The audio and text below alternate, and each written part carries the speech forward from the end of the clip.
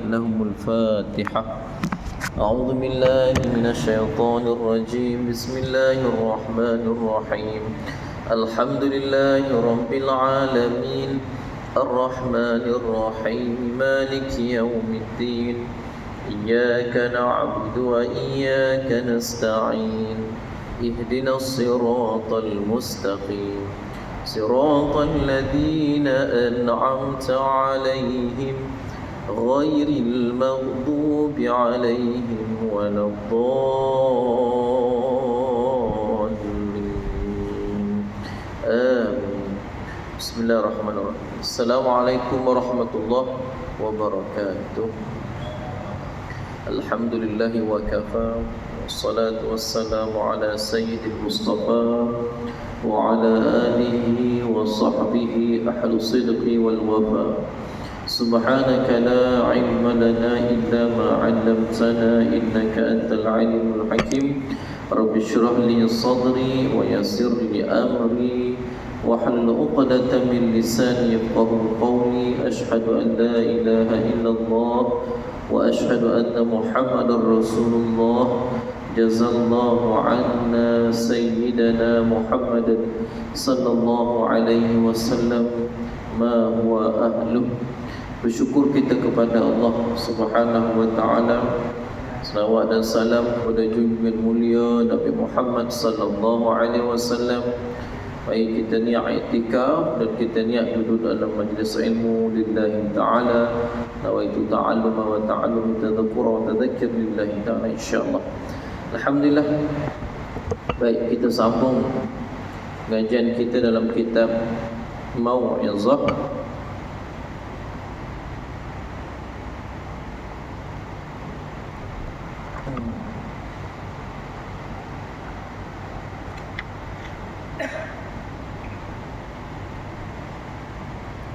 Nabi mengancam bakar rumah orang yang tidak salat berjemaah. Ini satu tajuk berkaitan dengan salat berjemaah. Bismillahirrahmanirrahim. Daripada Abu Hurairah radhiyallahu anhu, sabda Nabi sallallahu alaihi wasallam, salatul jama'ati tafdulu salatal fadhi bi27 darajah. Salatul jama'ah, salat berjamaah, tafdulu lebih afdal, salatal fadh berbanding salat bersendirian, bi27 darajah dengan kelebihan 27 kali ganda darjat. Ini satu hadis yang kita maklumi bersama. Dalam riwayat lain dalam Sahih Bukhari juga disebutkan bahawa sama lebih kurang, cuma berbeza pada lafaz 27 jadi 25. Ada perbezaan lafaz di situ. 27 ada satu lagi 25. Tapi tak kira lah, nak menunjukkan bahawa solat berjemaah itu berganda-ganda lebih baik daripada bersendirian. Baik. Selaras dengan naluri manusia, manusia ini suka sesuatu yang lebih. Seperti kita suka kalau lebih banyak harta kekayaan kita. Kita suka lebih banyak orang bagi sesuatu pada kita. Nah, lebih makannya, lebih apa lagi? Lebihlah apa-apa sajalah yang benda kita minat tu. Baik. Maka Allah Subhanahu wa taala pula mengurniakan kelebihan pahala bagi solat fardu yang dilakukan secara berjemaah.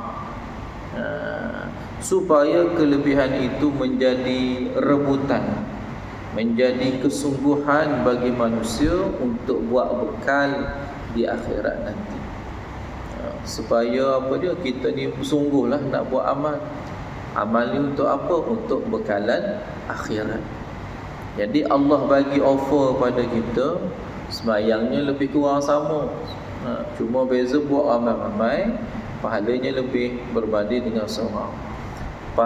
Solat zuhur tetap 4 rakaat, subuh tetap 2 rakaat, yang lain-lain pun tetap sama jumlah rakaatnya.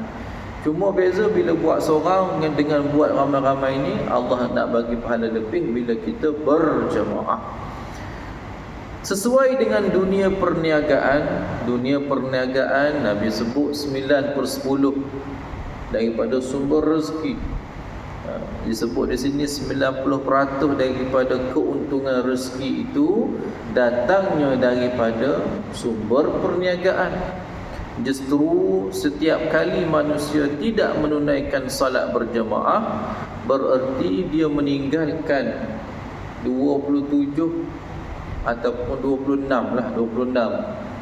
yang gandaan yang dia tinggalkan. Bayangkan kalau rugi 2% pun, 1% ataupun 2% pun sudah membimbangkan pelabur.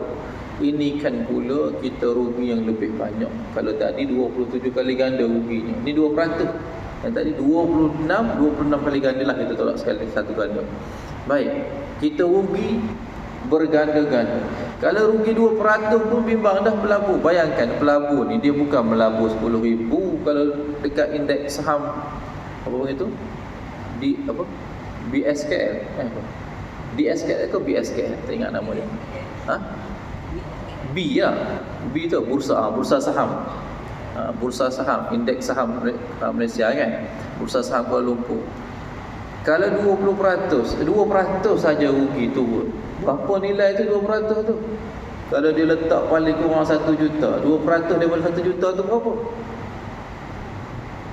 200,000 kan? 20,000. Betul? Lebih kurang lah 20,000 ke 200. 1 juta, 100,000, 1,000. 1,000 tu sejuta kan? 1,000 tu sejuta lah. Kalau 2% maknanya berapa? 20,000 kan? Betul kan? Kena yakin lah jawab betul lah. Takkan tak ada seorang cikgu matematik sini. Kalau itu 1 juta, tapi 1 juta ni lekeh lah kalau duduk kat bursa saham. Situ mesti beratus juta punya.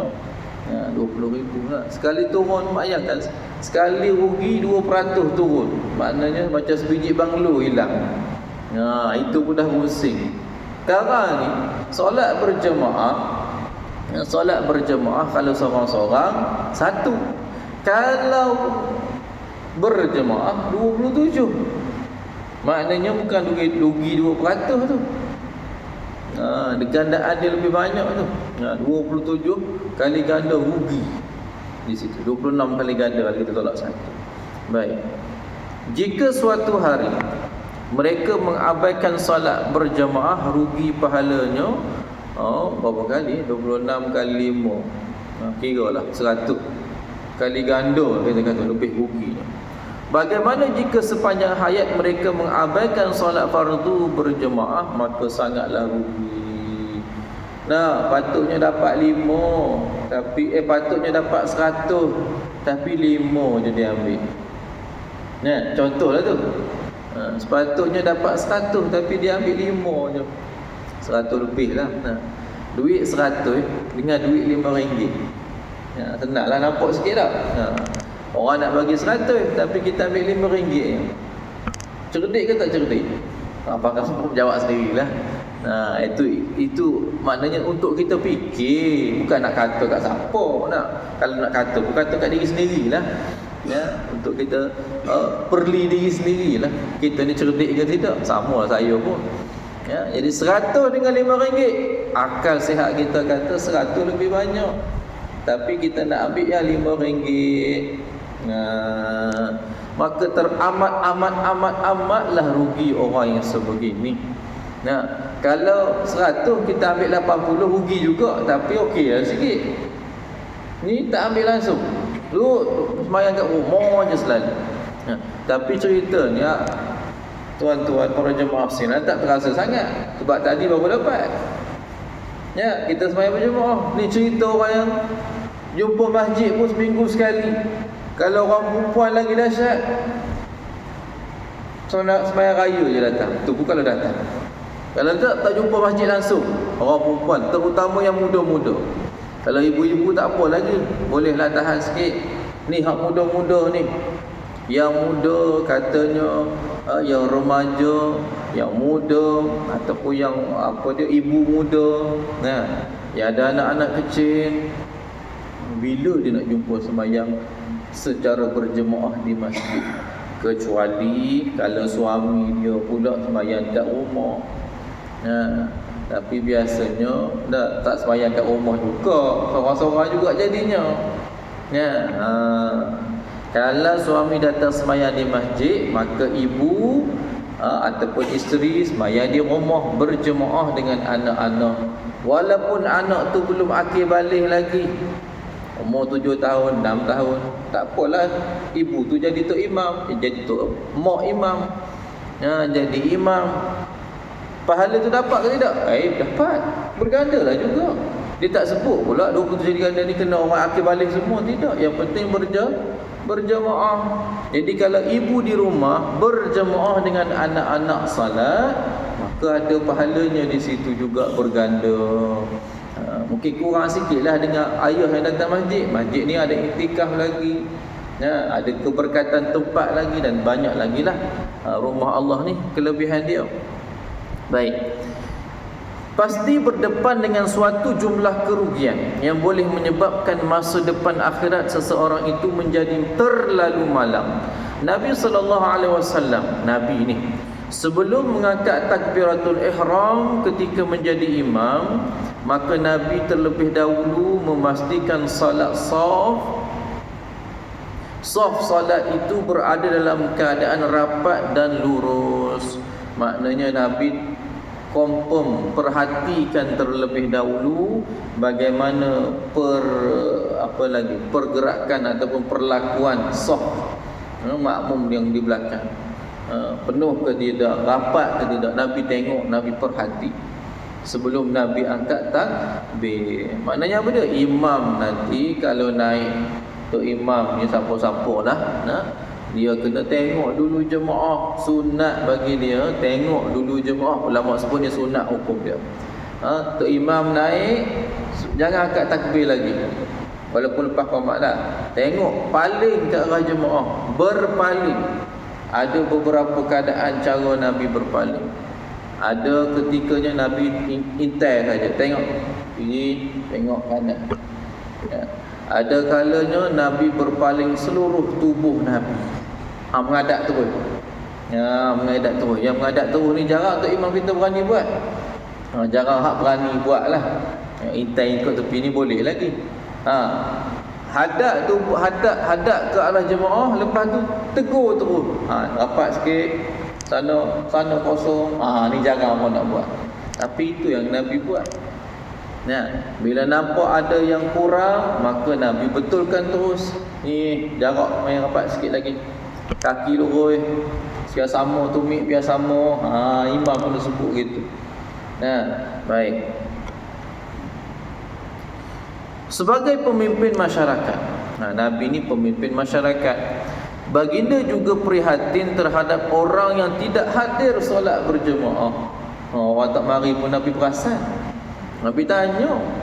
Sifat kepedulian sangat tinggi dan sangat mustahak bagi seorang pemimpin, iaitu ambil tahu siapa yang hadir berjemaah atau sebaliknya.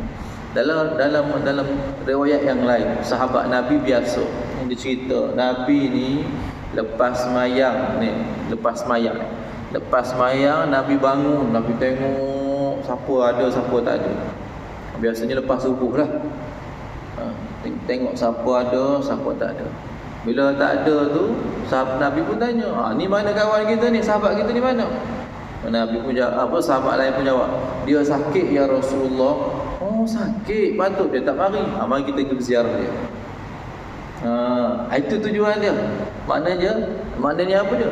Pemimpin prihatin, cakna, ambil berat, ambil kisah tentang rakyat. Kita jangan apa dia, lantak datang tak datang. Ikut dia lah. Kalau dia mari dapat pahala, tak mari sudah. Kita macam tu.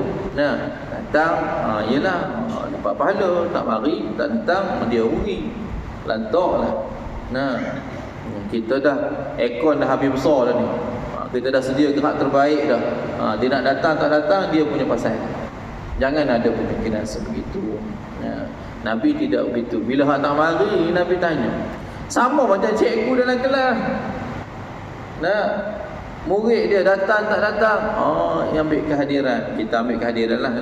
Siapa tak datang? Kawan dia kata, Abu tak datang cikgu. Sebab apa Abu tak datang? Abu tak datang, dia demam cikgu. Puan-puannya tahu maklumat. Ambil kesedaran. Kenapa tak datang? Abu ni jaga mak dia sakit cikgu. Mak dia aksiden semalam. Aksiden. Nampak? Mulalah kita punya keprihatinan. Mari kita tengok mak dia ramai-ramai. Jom. Nampak? Ini sifat Nabi. Ini yang Nabi buat hari-hari. Hari-hari. Lepas sembahyang, tidaklah semua waktu, tapi dalam riwayat cerita tu lepas subuh biasanya, ataupun lepas zuhur. Lepas subuh tu dia tengok mana sahabat datang, mana sahabat tak datang. Tanya khabar. Ada yang demam. Yang siapa yang demam ni? Di ujung kampung, dia jatuh sakit. Dah 3 hari dah tak mari ni Rasulullah. Mari kita pergi berziarah kepadanya. Baik. Itu sifat Nabi, bertanya khabar. Apabila Nabi sedar ada orang yang sepatutnya menunaikan solat fardu berjemaah, tetapi dia tidak berbuat demikian. Ini cerita orang malas ataupun orang yang terlalu mengutamakan, sibuk dengan dunia dia. Lalu Nabi pun bersabda di hadapan para jamaah, Aku ingin menyuruh orang mengumpulkan kayu api sebanyak-banyaknya untukku, dan kemudian aku akan pergi ke rumah orang-orang yang sengaja solat di rumah masing-masing tanpa sebarang uzur, lalu aku nak bakar rumah dia. Nabi kata dalam hadis riwayat Muslim, kalau boleh lah, aku nak suruh sahabat-sahabat sekalian tolong cari kayu api. Tolong cari kayu. Mari kita pergi rumah siapa yang memang sengaja sembahyang kat rumah, tak ada sebarang uzur, mari kita pergi bakar rumah dia. Allah yarham Mamak Khalid ambil ni lah. Tak? Mamak Khalid lah. Mamak Khalid lah. Pengarah tu lah. Pisang tu, kampung pisang tu. Kita bakar je. Dia ambil sini lah ni. Bakar rumah ni daripada mana? Daripada orang yang sengaja menidakkan tanggungjawab sosial berjemaah. Mana duduk seorang lah, tak duduk ramai-ramai. Bakar je lah rumah dia tu, duduk lautan, duduk gua tu. Meskipun ancaman bakar rumah itu Nabi tak buat pun, tak ada lagi dalam start. Kita tak ada sirah, tak ada dengar cerita ada sahabat yang terbakar rumahnya, dibakar oleh Nabi. Tak ada yang kena bakar pun. Tetapi ancaman itu ada. Sebagai apa dia? Untuk menggambarkan betapa perbuatan mengabaikan salat fardu berjamaah itu sangat dibenci. Sangat tak nak ada di kalangan kita yang sengaja mengabaikan. Penghuni bumi yang tidak melaksanakan kewajipan agama, terutamanya solat dan bahkan solat secara berjamaah, disifatkan oleh Nabi SAW sebagai warga dunia yang tidak memahami peranan hidup, yang mana hidup itu sebetulnya hanya sementara di muka bumi. Bagi Nabi, orang yang tidak pergi sembahyang berjemaah ni orang yang tak kenal apa tujuan dia hidup atas muka bumi. Orang yang tak sedar bahawa dia duduk atas muka bumi ni sementara saja. Allah Subhanahu wa ta'ala dengan rahmatnya telah melengkapkan segala keperluan manusia. Allah bagi kita segala macam nikmat, keperluan kita. Bumi sebagai hamparan tempat tinggal, ada udara yang nyaman, ada air yang boleh diminum, ada tumbuh-tumbuhan, buah-buahan. Semuanya itu binatang ternak apa semua menjadi rezeki yang mencukupkan keperluan manusia. Semua itu Bukanlah tujuannya untuk manusia duduk secara bersenang-senang, secara percuma. Sebaliknya, tujuan Allah jadikan nikmat sekeliling ini sebagai modal, bekal ataupun modal untuk ibadat. Bukan free saja ni. Ianya untuk jadi modal kita ibadat kepada Allah. Kemudian ibadat dalam banyak-banyak ibadat yang nombor satu adalah solat. Dan cara solat yang paling Allah kasihi iaitu cara solat yang dilakukan berjemaah. Baik. Jadi apa dia? Tak guru nak kait pada kita ni, hidup kita, keliling kita ni Allah buat siap dah. Untuk apa? Untuk kita guna. Guna untuk apa? Guna sebagai modal. Modal apa dia? Modal untuk kita buat taat. Dalam banyak-banyak taat nombor satu lihat pada solat. Baik. Sebagai seseorang yang hidup mewah dan berseronok di bumi dengan pelbagai nikmat yang asalnya daripada Allah, tetapi dia lupa pula kepadanya yang memberi nikmat, maka insan ini dianggap tak berguna oleh Nabi. Allah beri nikmat tapi dia lupa kepada pemberi nikmat, sang pemberi nikmat, maka tak guna orang ni, kata Nabi. Maka kewujudan dia dalam masyarakat itu sebetulnya mendatangkan musibah, tak ada manfaat. Sebab itu baik dibakar saja rumahnya. Ini falsafah yang Nabi nak kita faham. Baik. Selain itu, kenapa Nabi sungguh-sungguh sangat ni? Cerita hak dunia, cerita hak akhirat, cerita bab sembahyang sampai nak bakar rumah ni sebab apa? Kita maklum, Nabi nak dapat sembahyang ni, Nabi pergi mana ni? Baik. Isra' Mi'raj tu. Ya, Isra' Mi'raj, ibadat solat ni naik ke atas. Kalau naik ke langit nak terima. Kalau ibadat-ibadat lain Allah buat turun. Mana malaikat Jibril bagi tahu nak buat tu, nak buat ni. Tapi kalau bab solat ni nak terima ibadat solat kena naik ambil penghadap. Besar ataupun keutamaan. Bahkan dalam peristiwa itu juga Nabi sudah ditunjukkan jelas bagi Nabi syurga neraka ni. Dan Nabi sudah melihat sendiri akan Allah Subhanahu wa ta'ala. Jadi Nabi tahu, faham, sangat-sangat faham apa hakikat kehidupan ini. Apa kesannya kalau kita mengabaikan tanggungjawab kita sebagai hamba Allah. Nabi faham sangat, Nabi dah tengok dah. Tak macam ayah-ayah sekalian, nak larang anak tak dengar. Sebab anak tu dia tak melalui lagi. Tapi ibu ayah sekalian dah lalu dah benda tu. Dah lalu zaman tu. Dah rasa dah kehendak yang sebegitu. Nasihat banyak kali dah. Tapi anak tadi tetap tak nak dengar. Tapi kalau anak tadi cerdik, dia akan dengar kata mak ayah dia. Sebab apa? Mak ayah dah tengok sendiri dah. Dah rasa sendiri dah. Dah lalu sendiri dah. Jadi janganlah mengulang kesilapan yang sama. Nah, sebab tu untung kalau orang-orang muda dia lebih banyak berkawan dengan orang tua ataupun kita kata orang gemah ni lah. Orang yang lebih dewasa daripada dia. Sebab dia akan mengutip hikmah, dia akan mengutip pengalaman-pengalaman mereka, dan dia tidak perlu menjalani kesilapan. Dia tak perlu ambil masa untuk buat silap. Bila buat silap dia akan jadi sakit. Ataupun apa istilah sakit lah, kita ambil kata mudah. Bila sakit dia akan ambil masa pula untuk sembuh. Ataupun orang sekarang kata apa dia? Healing. Ambil masa nak sembuh. Maka kalau orang muda yang berkawan dengan orang yang lebih dewasa, orang yang lebih tua daripada dia, dia ambil hikmah, dia ambil pengajaran apa semua, maka dia sudah jimatkan masa dia tanpa perlu dia menjalani kesilapan, menjalani kesakitan, menjalani healing. Dia boleh terus isi masa dia itu untuk mendaki dan mendaki terus. Dia tak perlu buang masa nak nak cuti MC kita kata, nak healing.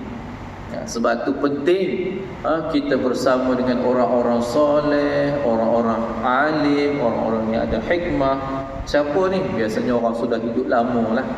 Dia sudah mendapatkan pengalaman dan pengajaran daripada Allah.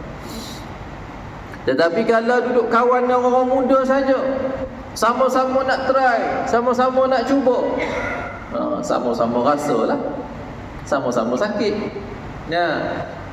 Allahumma salli ala Muhammad. Baik.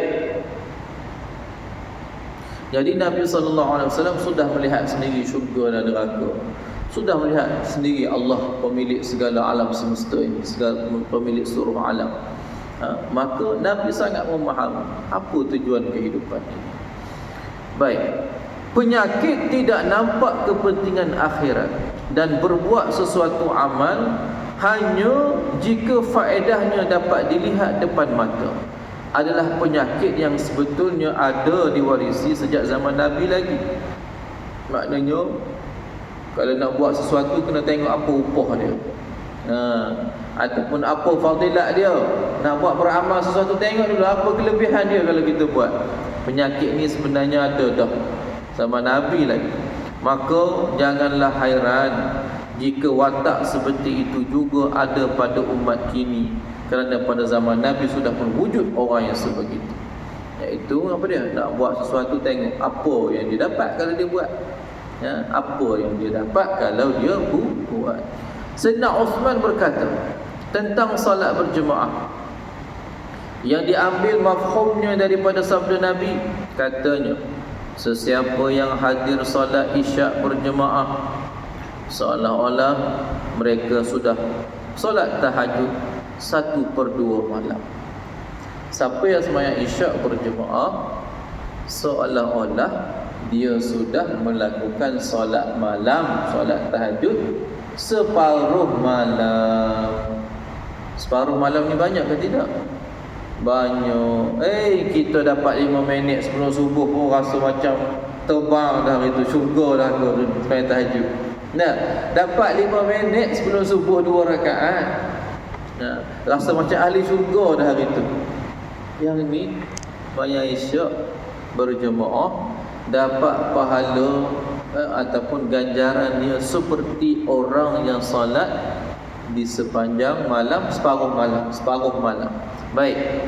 Bukan suatu kerja mudah untuk bangun separuh malam untuk melakukan solat tahajud. Tetapi dengan cara kita hadir solat isyak berjemaah, mendapat pahala yang menyamai dengan solat tahajud 1/2 malam. Baik. Sebab itu solat isyak ni berat kan.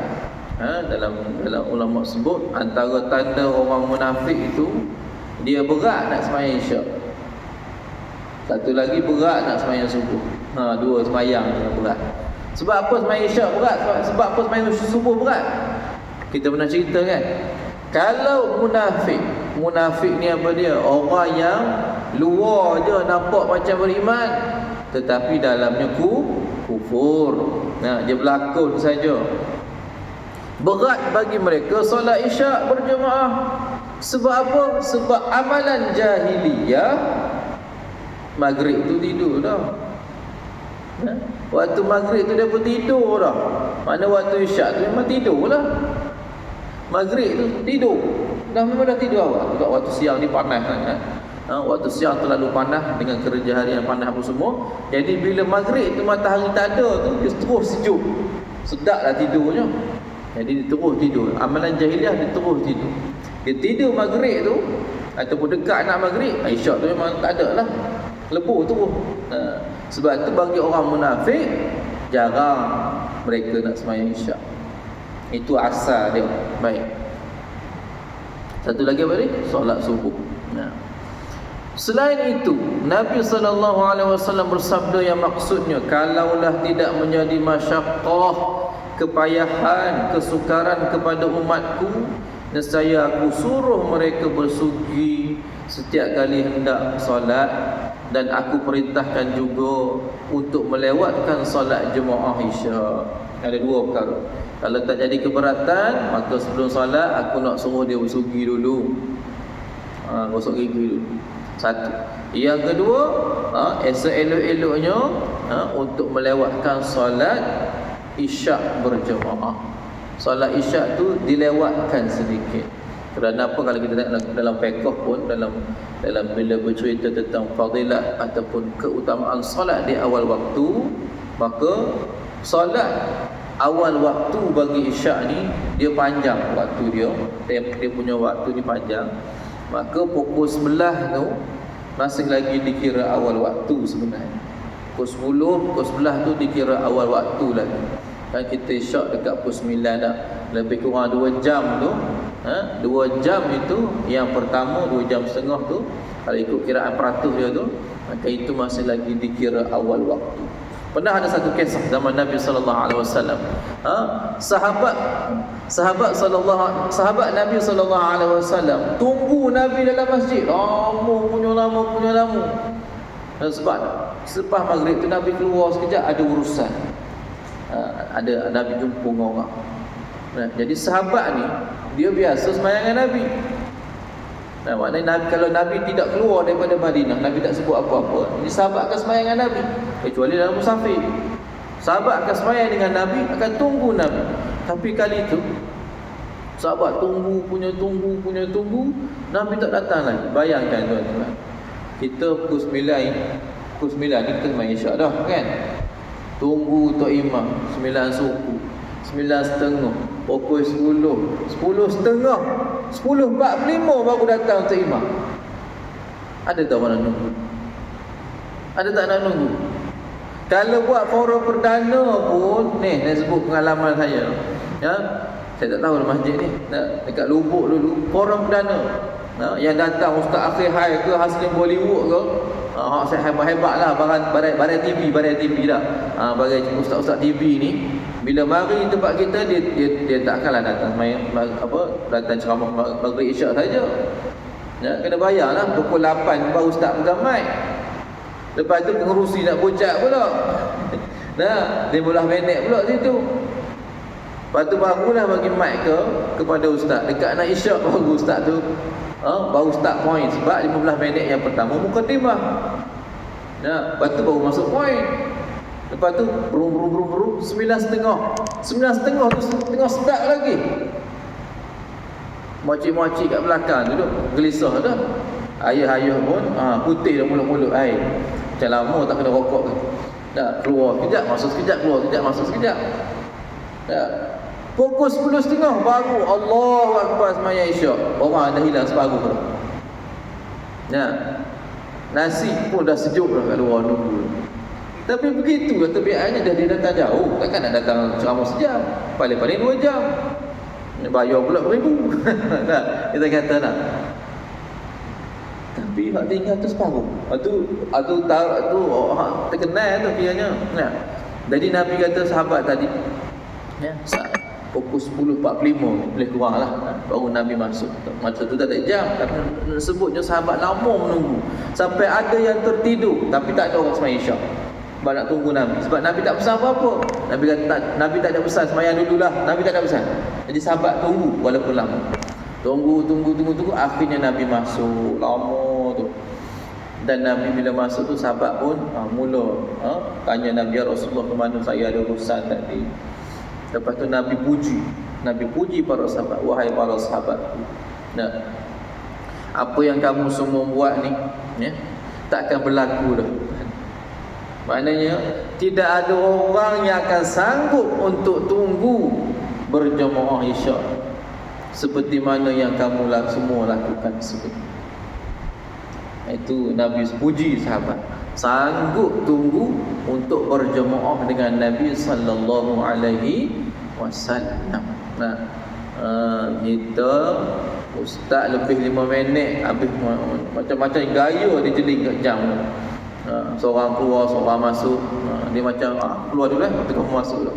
Set dah. Apa nak bagi isyarat, ustaz cukup-cukuplah, berhentilah Isyak dah ni, tak lalu lama-lama. Tu kita lah. Jadi solat Isyak ni sunat dilewat-lewatkan, tetapi dalam maknanya dalam tempoh awal tadilah. Jadi kalau kita semayang pukul 9, maknanya apa dia? Kalau semayang 9.30 pun pahalanya lebih banyak. Kalau semayang Isyak pukul 10 berjemaah, pahalanya lebih banyak. Tapi tak ada orang nak buat lah. Allahumma salli ala Muhammad. Baik. Maka wajarlah Allah Subhanahu wa taala berjanji hendak memberikan pahala salat tahajud 1/2 malam, kerana para sahabat melaksanakan solat jemaah Isyak itu dalam situasi jihad melawan nafsu, melawan mengantuk, menunggu Nabi pada malam yang agak lewat. Jihad kesungguhan di situ. Oleh sebab Nabi SAW bimbang akan membebankan umatnya. Justru ini yang kedua pula, setiap kali hendak salat bersugi itu baik, dan juga melewatkan solat jemaah Isyak menjadi amal pilihan kepada umat yang ingin mendapatkan pahala lebih. Jadi ada pilihan di situ, ataupun ada tambahan ekstra pahala. Sebelum semayang bersugi dahulu, dan Isyak sedikit kita lewatkan. Itu pahalanya lebih besar. Maknanya kita semayang pukul 9 dengan kita semayang berjemaah pukul 9.30 tu lebih banyak pahala. Itu conclusion kita boleh ambil. Tapi sebab kita biasanya semayang main sunat, dah tak ada buat apa, kita semayang lah. Kita nak tunggu siapa? Tok Imam pun dah ada, apa masalah? Kita biasa macam tu lah. Tetapi kalau ada majlis ilmu ke, ada program ke, boleh kita lewatkan sedikit, kerana pahalanya lebih banyak. Mengenang kepada Isyak tu memang masanya lebih banyak. Baik. Bersugi sebelum semayang. Ada sahabat-sahabat tabligh sini, kita tengok dia bersugi kan sebelum semayang. Dia letak dekat telinga dia, ataupun dia letak dalam poket dia. Tetapi maknanya apa dia? Dalam keadaan yang suci lah. Dalam keadaan yang suci lah. Maknanya gigi pula janganlah penuh sangat tai giginya.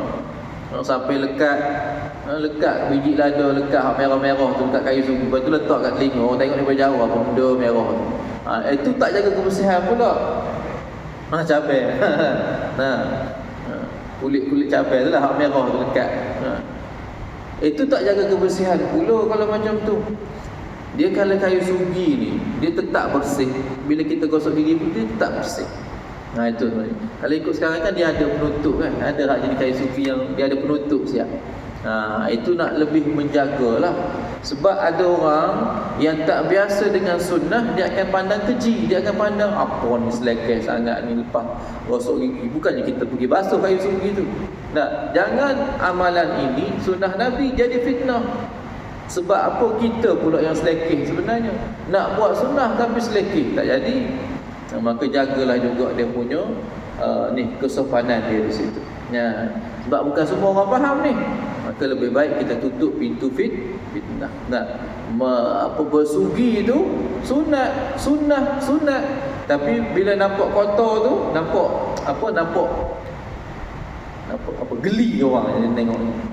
Tu jangan. Yang itu tak jadi sunnah kalau sebegitu. Jadi punah suasana. Benda elok tapi kita yang tak jaga sebenarnya. Nabi pun tak ada buat macam tu, dia pula yang ada lebih-lebih. Baik. Sabda Nabi lagi sallallahu alaihi wasallam, sesiapa yang hadir solat subuh berjemaah, maka umpama dia mendirikan solat tahajud sepenuh malam. Lebih pula pada solat subuh, kalau dapat sembahyang subuh berjemaah sepenuh malam. Ibaratnya kalau Isyak tadi separuh malam, kalau subuh sepenuh malam, sepanjang malam dia melakukan tahajud. Baik, Allahumma salli ala Muhammad. Sebelum tu nak sebut, ganjaran pahala di sini adalah ibarat ganjaran. Dia tak sebut fadilah, dia sebut ganjaran pahala. Contoh, kalau kita sembahyang separuh malam tahajud, markah pahala kita 500. Contoh ni, bukan itu bukan nilai sebenar, tapi contoh 500 pahala dia. Pahala dia. Maka kalau kita sembahyang isyak berjemaah 27 kali ganda pun dapat, tambahlah 500 tadi. Itu contoh kira matematik mudahlah. Tapi dia takkan sama dengan orang yang buat tahajud betul. Tadi buat sembahyang isyak je, tapi dapat pahala macam orang tahajud. Okey, orang yang tahajud betul dia lain lagi. Dia lain lagi. Maknanya dia akan dapat fadilat yang lebih lagi. Banyak fadilat, muka bercahaya, ahli syurga apa semua tu, fadilat tahajud tu dia takkan sama.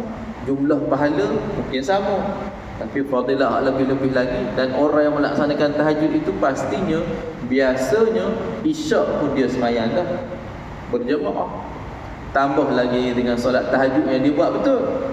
Separuh malam pula dia buat 500 hak isyak tadi, tambah 500 lagi hak betul, 1000 dah kat situ. Kalau kita kira matematik lah.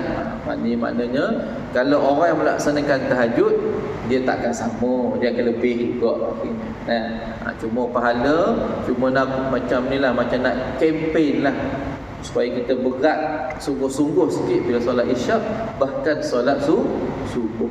Sebab itu seboleh-bolehnya dalam satu hari kita ni paling kurang lah, biarlah ada sekali kita datang berjemaah. Paling kurang dah tu. Sibuk macam mana pun, cuba sekali. Tak boleh subuh ambil zuhur, tak boleh zuhur ambil asar, ambil maghrib ataupun ambil isyak. Lebih bagusnya macam ayah sekalian ni muka semua 5 waktu lah ke dah ni. Dalam kat muka ni 5 waktu lah ke ni. Alhamdulillah. Tapi kalau tak dapat, sekurang-kurangnya dapat sekali sehari pun jadi dah. Janganlah seminggu sekali, Jumaat saja rugi itu pun sebab wajib. Baik, jadi kalau boleh datanglah paling kurang sekali sehari, terbaik 5 kali sehari. Allahumma salli ala Muhammad. Seorang alim bernama Muhammad bin Wasi' berkata,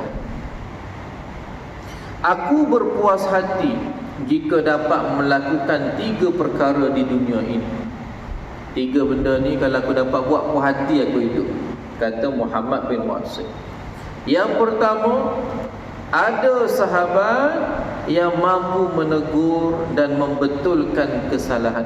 Yang pertama, dia ada sahabat. Sahabat ni maknanya susah pun dia, senang pun dia ada sekali.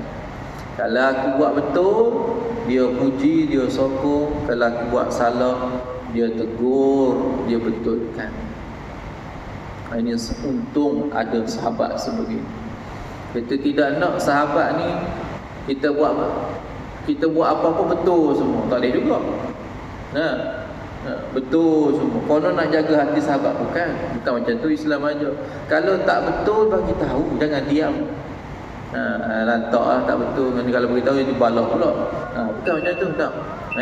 Jadi sahabat ini dia boleh bawa kita ke syurga, dan dengan sahabat juga boleh heret kita tumban sama dalam neraka. Ni penting sahabat ni, cari hak betul-betul. Sikit kita nak berapa? Sikit. Lepas tu yang kedua, yang asal dulu pun saya berhabis sikit lagi 5 minit. Tak apa 5 minit pun. Yang kedua, rezeki yang memenuhi keperluanku tanpa kesukaran untuk mendapatkannya. Yang kedua, dapat rezeki yang tanpa bersusah payah nak cari. Yang pertama dapat sahabat, yang kedua rezeki murah rezeki, tak payah susah. Orang lain mencangkul 5-6 jam sehari dapat RM20 je. Kita duduk je dapat 100. Dia tak sama. Baik. Yang ketiga, mendirikan solat berjamaah. Dengan itu aku terlepas daripada terlupa dan ada malaikat menulis pahala aku solat berjamaah. Yang ketiga, bila aku semayang, aku dapat solat sentiasa berjemaah. Maknanya di awal waktu dan berjemaah. Dengannya aku terlepas daripada sifat lupalah nak semayang, ataupun galiklah, ataupun lalai tadi, terlepas daripada sifat itu. Yang akhirnya malaikat pun menulis pahala aku solat berjemaah. Jadi 3 yang dia nak. Tadi sahabat yang boleh tolong susah senang, tegur kalau salah. Yang kedua, rezeki yang tak payah-payah dah dapat. Dan yang ketiga, dapat solat berjemaah. Maka daripada situ hidup kita ni penuh. Hidup kita ni insya-Allah selamat dunia dan akhirat. Wallahu ta'ala a'lam. Bismillahirrahmanirrahim. Allahumma salli ala Sayyidina Muhammad miftahi babi rahmatillah adada ma fi ilmillah salatan wa salaman daiman bidawami mukillah wa ala alihi wa sahbihi Allahumma faqihna fid din wa 'allimna at-ta'wil wa sallallahu wa sallam alaihi walhamdulillahi rabbil alamin. Assalamualaikum warahmatullahi wabarakatuh.